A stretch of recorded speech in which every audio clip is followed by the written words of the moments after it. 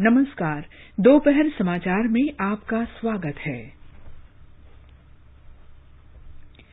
प्रधानमंत्री नरेंद्र मोदी ने कहा, स्वच्छ ऊर्जा के अनेक लाभ भारत के कृषि क्षेत्र तक पहुंचाए जाने चाहिए। उन्होंने कहा, जलवायु परिवर्तन प्रदर्शन सूचकांक में भारत शीर्ष 10 देशों में शामिल। प्रधानमंत्री ने विश्व पर्यावरण दिवस पर इथेनॉल क्षेत्र के विकास के लिए व्यापक रूपरेखा जारी की। इथेनॉल के वितरण के संबंध में पुणे में E100 पायलट प्रोजेक्ट शुरू किया। पर्यावरण मंत्री प्रकाश जावड़ेकर ने कहा, भारत में वन और वृक्ष क्षेत्र बढ़कर कुल भौगोलिक क्षेत्र का 24.56% यानी 8 लाख वर्ग किलोमीटर से अधिक हुआ। भारत में पिछले 24 घंटे में 1,20,000 लोगों में कोरोना संक्रमण की पुष्टि। ये संख्या लगभग 2 महीने में सबसे कम। कोविड से स्वस्थ होने की राष्ट्रीय दर बढ़कर 93.38% पर पहुंची। देश में अब तक 22 करोड़ 78 लाख से अधिक कोविड टीके लगाए गए।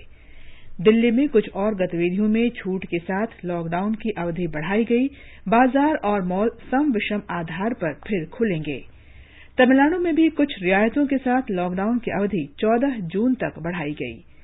सूचना तथा प्रौद्योगिकी मंत्रालय ने नए आईटी नियमों के तुरंत अनुपालन के लिए ट्विटर को अंतिम नोटिस भेजा और फ्रेंच ओपन टूर्नामेंट में सेरेना विलियम्स चौथे दौर में पहुंची।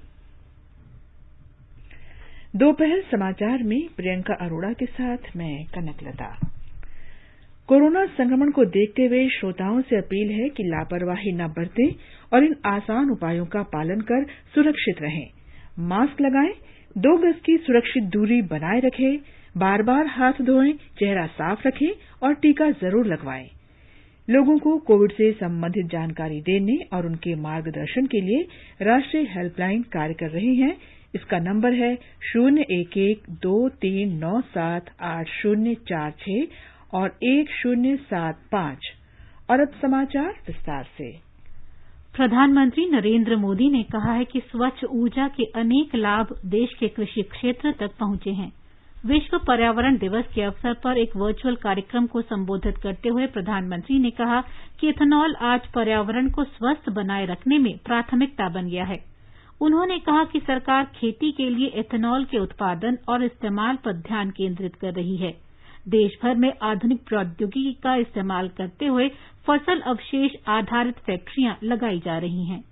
विश्व पर्यावरण दिवस के अवसर पर भारत ने एक और बड़ा कदम उठाया है। इथेनॉल सेक्टर के विकास के लिए एक विस्तृत रोड मैप आज अभी मुझे जारी करने का सौभाग्य मिला है। देश भर में इथेनॉल के उत्पादन और वितरण से जुड़ा महत्वाकांक्षी E100 पायलट प्रोजेक्ट भी पुणे में लॉन्च किया गया है। हम अपने तय लक्ष्यों को समय पर हासिल कर पाएं, इसके लिए मैं बहुत बहुत शुभकामनाएं देता हूं। प्रधानमंत्री ने कहा कि जलवायु परिवर्तन प्रदर्शन सूचकांक में भारत विश्व के 10 शीर्ष देशों में शामिल है।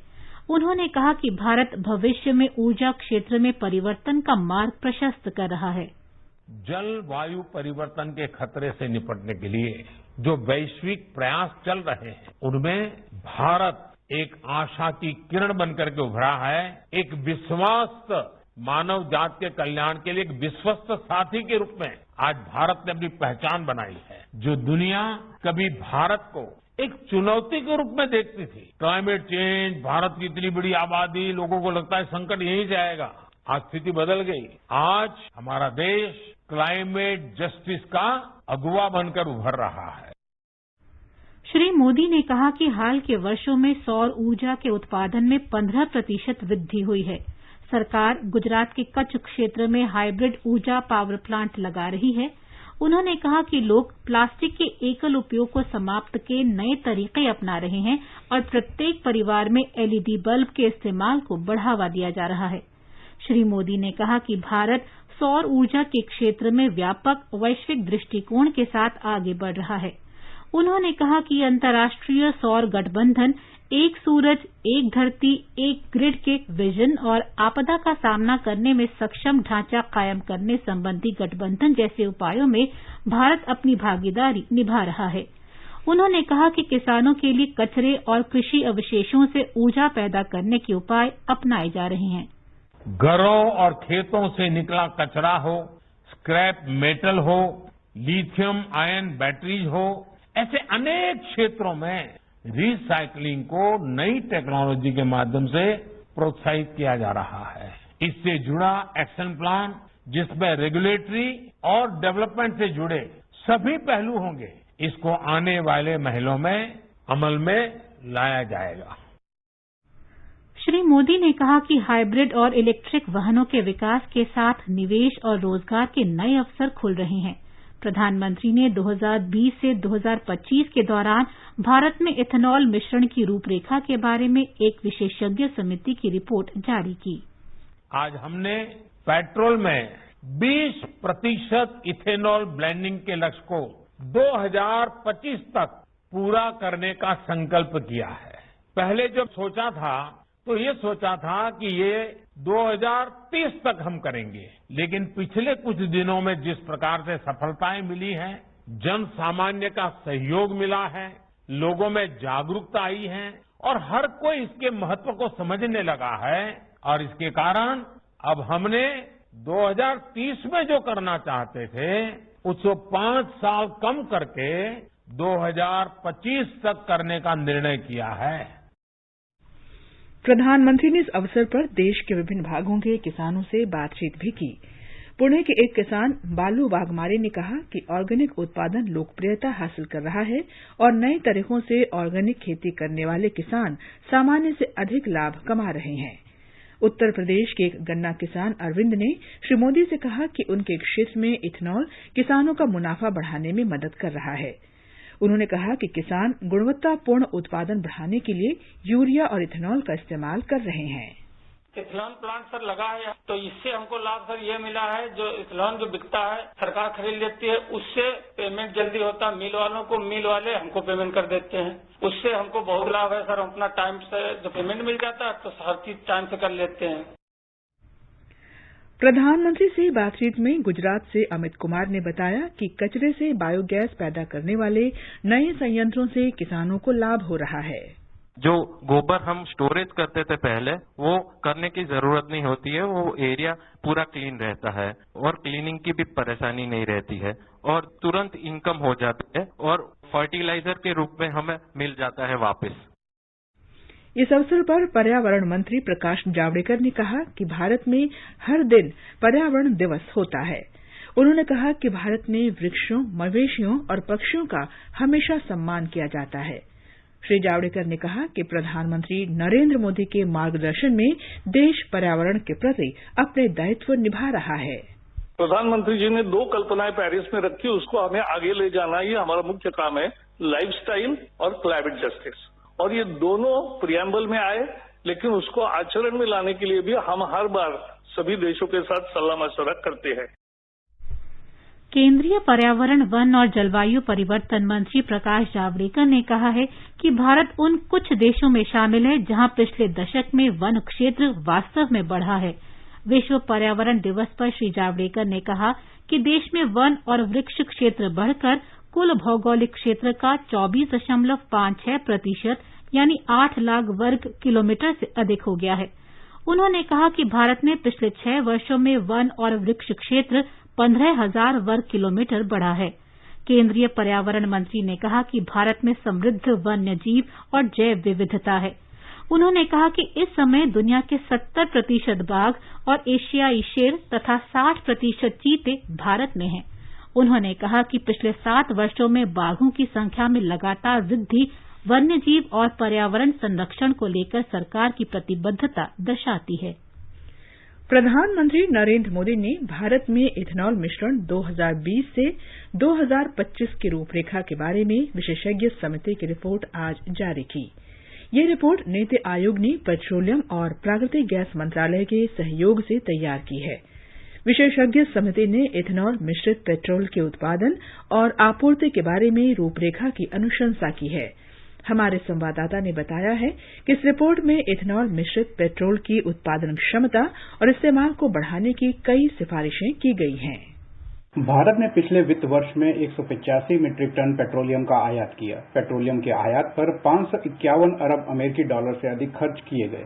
रिपोर्ट के अनुसार E20 ईंधन को सफलतापूर्वक अपनाने से 30,000 करोड़ रुपए से अधिक की बचत हो सकती है। E20 ईंधन पेट्रोल के साथ 20% एथनॉल मिलाकर तैयार किया जाता है। एथनॉल एक कम प्रदूषणकारी ईंधन है और पेट्रोल की तुलना में कम लागत पर इसके बराबर ही दक्षता प्रदान करता है। विशेषज्ञ समिति ने आशा व्यक्त की है कि देश में वर्ष 2025 तक एथनॉल के पेट्रोल के साथ 20% मिश्रण के लक्ष्य को हासिल किया जा सकता है। इसने सिफारिश की है कि लक्ष्य हासिल करने के लिए गन्ना और अनाज आधारित एथनॉल उत्पादन क्षमता को बढ़ाना होगा। साथ ही यह भी सिफारिश की गई है कि जिन राज्यों में एथनॉल जरूरत से ज्यादा मात्रा में उपलब्ध है, वहां से इसे उन राज्यों में भेजा जाए जहां इसकी कमी है। इससे देश भर में एक समान उपलब्धता सुनिश्चित करने में मदद मिलेगी। विशेषज्ञ समिति ने सुझाव दिया है कि एथनॉल मिले हुए पेट्रोल की व्यापक स्वीकार्यता के लिए इस ईंधन की खुदरा कीमत सामान्य पेट्रोल से कम होनी चाहिए। समिति ने पेट्रोलियम और प्राकृतिक गैस मंत्रालय को सभी तेल विपणन कंपनियों के लिए मिश्रण कार्यक्रम को अधिसूचित करने की सलाह भी दी है। उपभोक्ताओं को एथनॉल मिले हुए पेट्रोल के लाभों के बारे में जागरूक करने और अपने वाहनों के लिए सही ईंधन का चयन करने के लिए एक राष्ट्रव्यापी जागरूकता अभियान शुरू करने की भी सिफारिश समिति द्वारा की गई है। भूपेंद्र सिंह, आकाशवाणी समाचार, दिल्ली।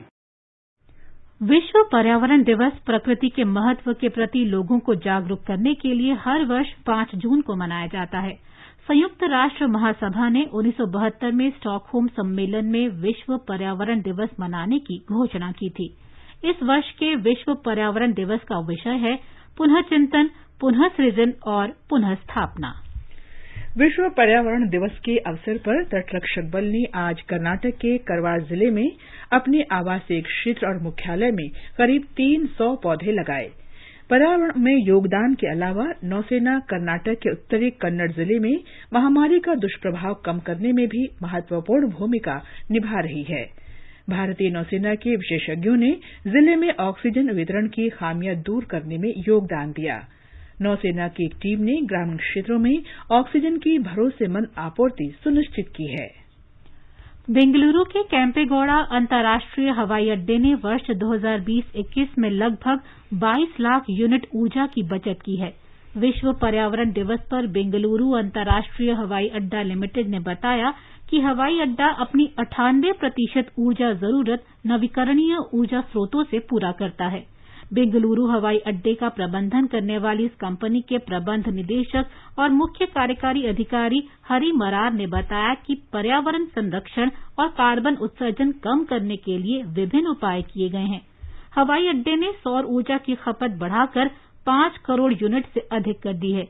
यूटिलिटी भवन में सौर पैनल लगाए गए हैं। दक्षिण रनवे एयरफील्ड देश का पहला एयरफील्ड है जहां 100% LED लाइटें लगी हैं।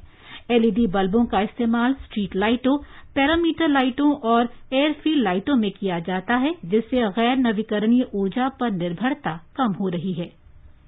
ये समाचार हमारी वेबसाइट newsonair.com/hindi और हमारे mobile app news on AIR पर भी उपलब्ध हैं।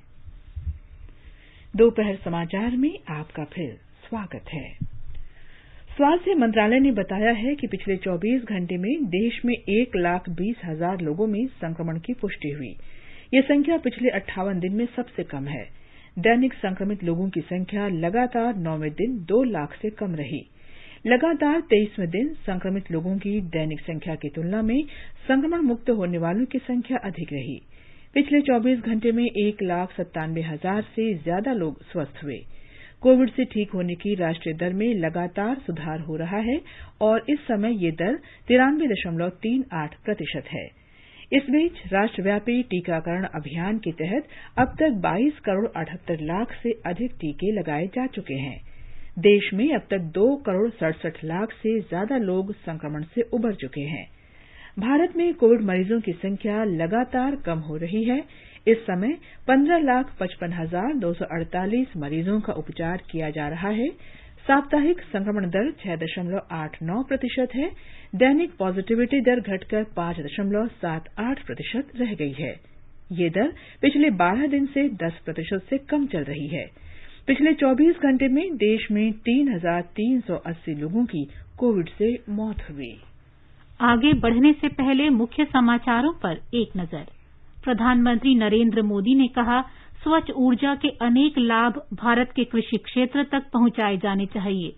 उन्होंने कहा, जलवायु परिवर्तन प्रदर्शन सूचकांक में भारत शीर्ष 10 देशों में शामिल। प्रधानमंत्री ने विश्व पर्यावरण दिवस पर इथेनॉल क्षेत्र के विकास के लिए व्यापक रूपरेखा जारी की। इथेनॉल के वितरण के संबंध में पुणे में E100 पायलट प्रोजेक्ट शुरू किया।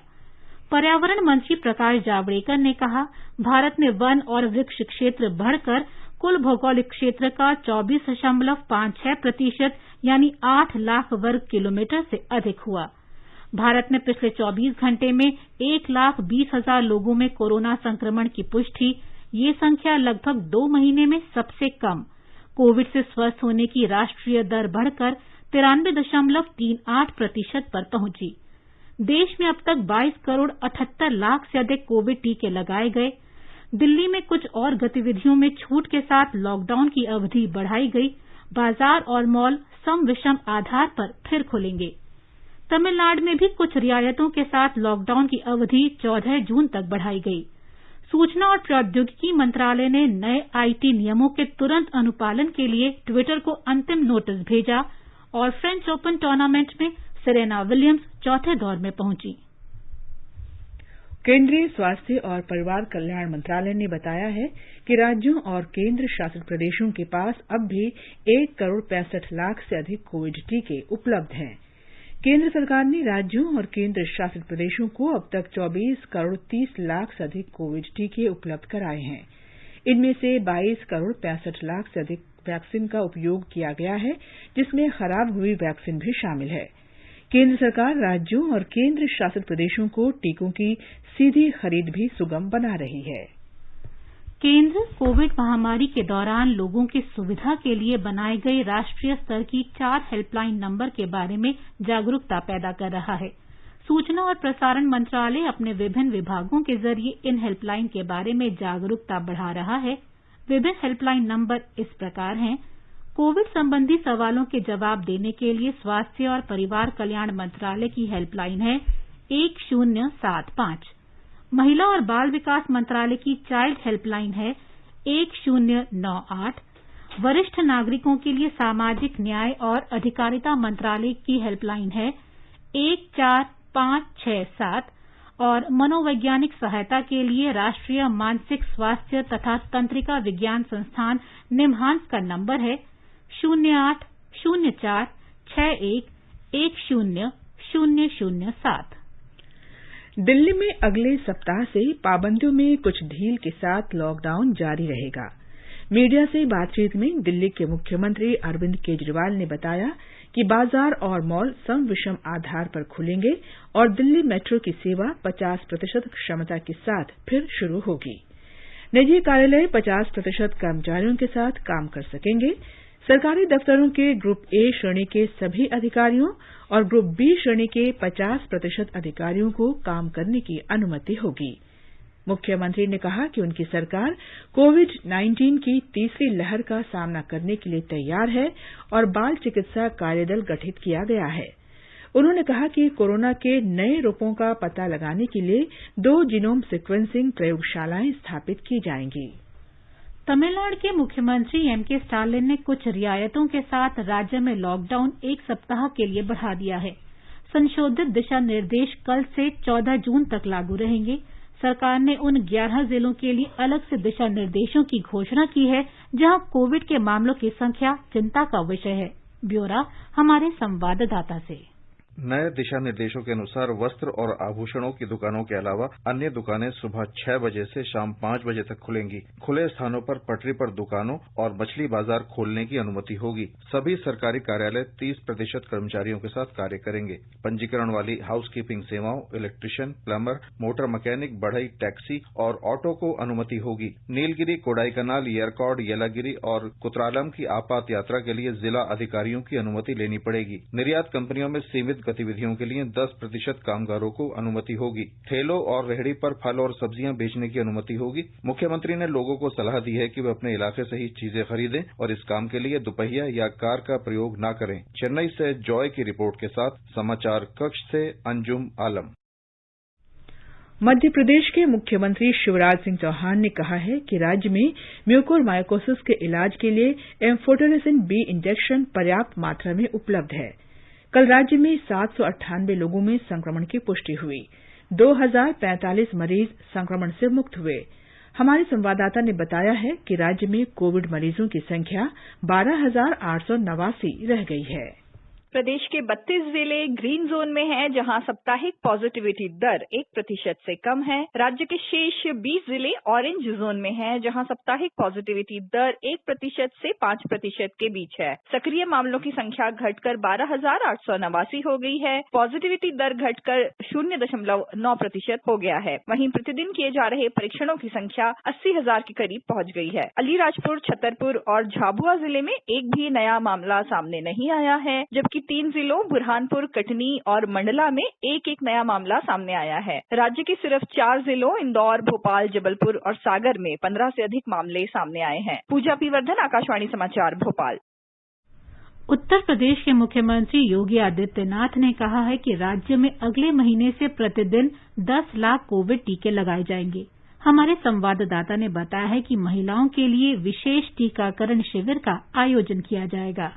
प्रदेश में 1 जून से कोविड टीकाकरण का महाअभियान चलाया जा रहा है और कल इस अभियान के तहत रिकॉर्ड 3 लाख से ज्यादा लोगों को टीके लगाए गए। मुख्यमंत्री योगी आदित्यनाथ ने अगले महीने से प्रतिदिन होने वाले टीकाकरण को बढ़ाकर 3 गुना यानी 10 लाख करने के निर्देश दिए हैं और इस सिलसिले में स्टाफ, टीकाकरण केंद्रों और अन्य सुविधाओं की तैयारी करने को कहा है।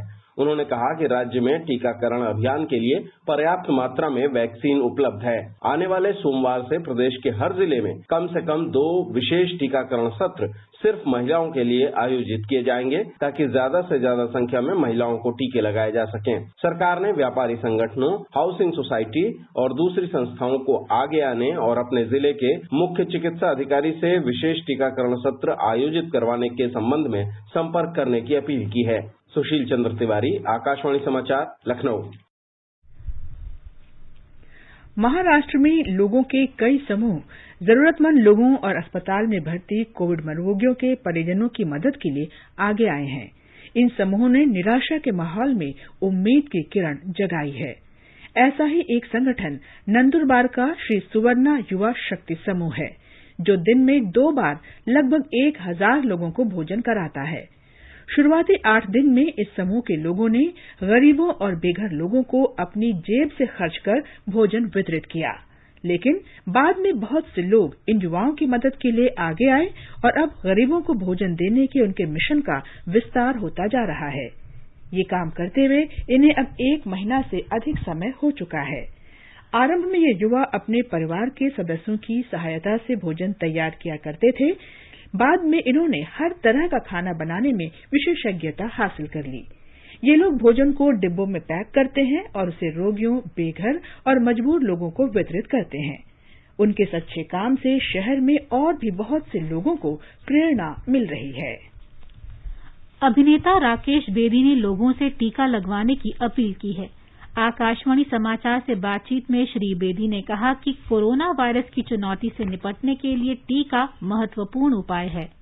मैं सभी सुनने वालों से ये प्रार्थना करता हूं कि आप वैक्सीन जरूर लगवाएं, क्योंकि वैक्सीन ही एकमात्र अभी हथियार है हमारे पास जिससे कि हम कोविड-19 से अच्छे तरीके से लड़ सकते हैं। हाँ, मास्क पहनना, सामाजिक दूरी बनाए रखना, साबुन से हाथ धोना, वो तो है ही, लेकिन वैक्सीन अगर आपके शरीर में होगी तो एक तरह से बहुत अच्छी ढाल है ये, जो आपको कोविड-19 से हमेशा बचाएगी। खुद भी लगवाइए और अपने जानने वालों को भी प्रोत्साहित कीजिए कि वो वैक्सीन जरूर लगवाएं। ये समाचार आकाशवाणी से प्रसारित किए जा रहे हैं। ताजा समाचार जानने के लिए आप हमारे Twitter handle @AIR News Hindi को फॉलो कर सकते हैं। ये आकाशवाणी है। सूचना और प्रौद्योगिकी मंत्रालय ने आज ट्विटर को नए IT नियमों का अनुपालन करने के लिए अंतिम नोटिस भेजा है। हमारे संवाददाता ने खबर दी है कि सूचना प्रौद्योगिकी मंत्रालय ने मौजूदा कानून का तत्काल पालन करने के लिए ट्विटर को अंतिम नोटिस भेजने का फैसला किया। बिचौलिया संबंधी नए दिशा निर्देश और नियम 26 मई से लागू हो गए थे। सोशल मीडिया बिचौलियों को अनुपालन के लिए दी गई 3 महीने की अवधि समाप्त होने के बाद ट्विटर को अभी भारत में मुख्य अनुपालन अधिकारी, नोडल संपर्क अधिकारी और शिकायत निवारण अधिकारी की नियुक्ति करनी है। देश में स्वतंत्र और निष्पक्ष चुनाव सुनिश्चित करने और इस प्रक्रिया में अधिकतम मतदाताओं को शामिल करने के लिए निर्वाचन आयोग ने विधि मंत्रालय को कई सिफारिशें भेजी हैं।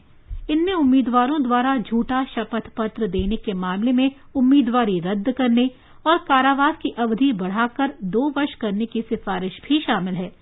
आकाशवाणी के साथ विशेष भेंटवार्ता में मुख्य निर्वाचन आयुक्त सुशील चंद्रा ने बताया कि आयोग ने 18 वर्ष की आयु होने पर लोगों के नाम मतदाता सूची में शामिल करने के लिए 1 से अधिक कट ऑफ तारीख तय करने के बारे में विधि मंत्रालय को आवश्यक संशोधन करने के सुझाव दिए हैं।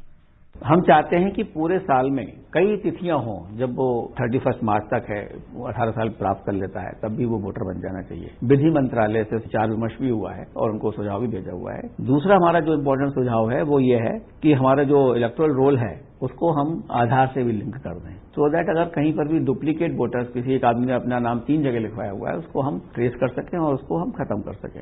और इसके अलावा हम चाहते हैं कि 3-4 और इम्पोर्टेंट हमारे सजेशंस हैं जो कि वहां पर अभी लंबित हैं। और जैसे कि एक एफिडेविट जो लोग फाइल करते हैं कैंडिडेट, अगर वो एफिडेविट गलत पाया जाता है तो उसकी सजा का प्रावधान 6 महीने का है। हम चाहते हैं उसको बढ़ा के 2 वर्ष किया जाए और साथ में अगर गलत उसका एफिडेविट है जिसके आधार पर मतदाता ने उसको वोट दिया है, उसका जो कैंडिडेट है वो निरस्त किया जाए। आकाशवाणी का समाचार सेवा प्रभाग मुख्य निर्वाचन आयुक्त सुशील चंद्रा के साथ इस भेंटवार्ता को आज रात प्रसारित करेगा। इसे एफएम गोल्ड चैनल और अन्य मीटरों पर रात 9:15 बजे सुना जा सकेगा। फ्रेंच ओपन टेनिस टूर्नामेंट के महिला सिंगल्स में अमेरिका की सेरेना विलियम्स अंतिम 16 में पहुंच गई हैं। सेरेना ने डेनियल कॉलिंस को 6-4, 6-4 से हराया। अगले दौर में सेरेना का मुकाबला कजाकिस्तान की एलिना रबाकिना से होगा। आज इगा श्वातेक का तीसरे दौर का मुकाबला होना है। आकाशवाणी लद्दाख के दुर्गम क्षेत्रों में कोरोना के बारे में जागरूकता फैलाने का काम कर रहा है। आकाशवाणी लेह के स्वर्ण जयंती स्थापना दिवस के उपलक्ष्य में हमारी संवाददाता की विशेष रिपोर्ट। कोरोना काल में लोगों को इस महामारी से बचने के तौर तरीके और इसके बारे में जागरूकता लाने के लिए यूं तो बहुत सारे साधनों का प्रयोग किया जाता है, लेकिन लद्दाख जैसे क्षेत्र जो कि फैला हुआ है और ऐसे कई इलाके जहां लोगों तक ये सब जानकारियां पहुंचाने का एकमात्र साधन ऑल इंडिया रेडियो लेह है। जिला लेह में अभी भी ऐसे इलाके हैं जहां दूसरे साधन किसी न किसी कारण पहुंच नहीं पाता और लोग ऑल इंडिया रेडियो द्वारा जो भी जानकारियां प्रदान करते हैं उसका लाभ उठाते हैं, उसका पालन जरूर करते हैं। लेह से लगभग 150 किलोमीटर दूर न्योमा में दुकान चला रहे टशी दोर्जे का कहना है कि वो भारत सरकार द्वारा जारी एसओपी के बारे में रेडियो के माध्यम से सुनकर उसका पालन करते हैं। मुद गांव के बुजुर्ग महिला सिरिंग डोलकर रेडियो के माध्यम से हाथ धोते रहना और मास्क पहने रखने का जो सलाह देते हैं उसको प्रयोग में लाते हैं। लद्दाख के दुर्गम इलाकों में जहां साधन की कमी तो है, लेकिन ऑल इंडिया रेडियो ले इसको पूरा करने में और लोगों की सहायता में पिछले 50 सालों से जुटी हुई है। आकाशवाणी समाचार के लिए रमेश चंद्र के साथ न्योमा से मैं दस्कत डोलमा। अंत में मुख्य समाचार एक बार फिर। प्रधानमंत्री नरेंद्र मोदी ने कहा, स्वच्छ ऊर्जा के अनेक लाभ भारत के कृषि क्षेत्र तक पहुंचाए जाने चाहिए। उन्होंने कहा, जलवायु परिवर्तन प्रदर्शन सूचकांक में भारत शीर्ष 10 देशों में शामिल। प्रधानमंत्री ने विश्व पर्यावरण दिवस पर इथेनॉल क्षेत्र के विकास के लिए व्यापक रूपरेखा जारी की। इथेनॉल के वितरण के संबंध में पुणे में E100 पायलट प्रोजेक्ट शुरू किया। पर्यावरण मंत्री प्रकाश जावड़ेकर ने कहा, भारत में वन और वृक्ष क्षेत्र बढ़कर कुल भौगोलिक क्षेत्र का 24.56% यानी 8 लाख वर्ग किलोमीटर से अधिक हुआ। भारत में पिछले 24 घंटे में 1,20,000 लोगों में कोरोना संक्रमण की पुष्टि।